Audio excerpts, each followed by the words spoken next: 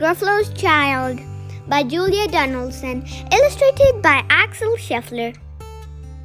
The Gruffalo said that no Gruffalo should ever set foot in the deep dark wood.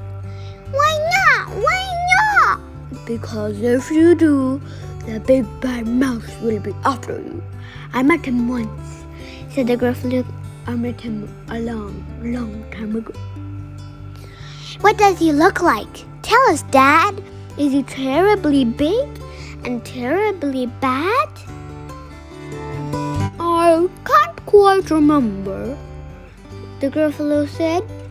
Then he thought for a minute and scratched his head.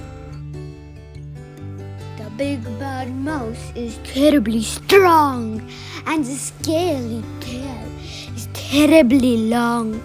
His eyes are like pools of terrible fire, and his terrible whiskers are tougher than wire. One snowy night, when the Gruffalo snored, the Gruffalo Child was feeling bored. The Gruffalo Child was feeling brave, so she tiptoed out of the Gruffalo cave. The snow fell fast and the wind blew wild. Into the wood went the Gruffalo Child. Aha! Oh, a trail in the snow. Whose is this trail and where does it go? A tail poked out of a log pile house. Could this be the tail of the big bad mouse? Out slid the creature. His eyes were small and he didn't have whiskers. No, not at all. You're not the mouse. Not I, said Snail.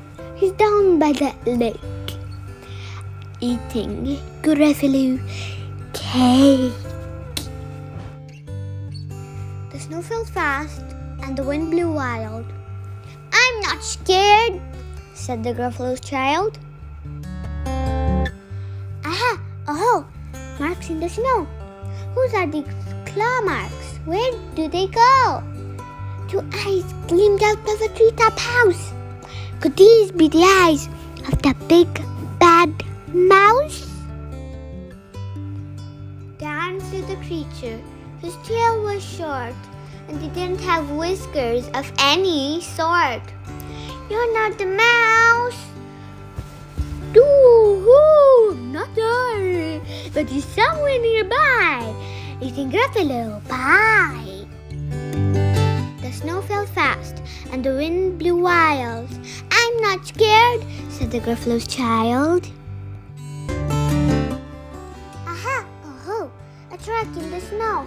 Whose is this track and where does it go? Whiskers at last! And an underground house.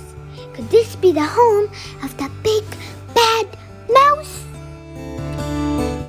Out slunk the creature. His eyes weren't fiery. His tail wasn't scaly. His whiskers weren't wiry. You're not the mouse.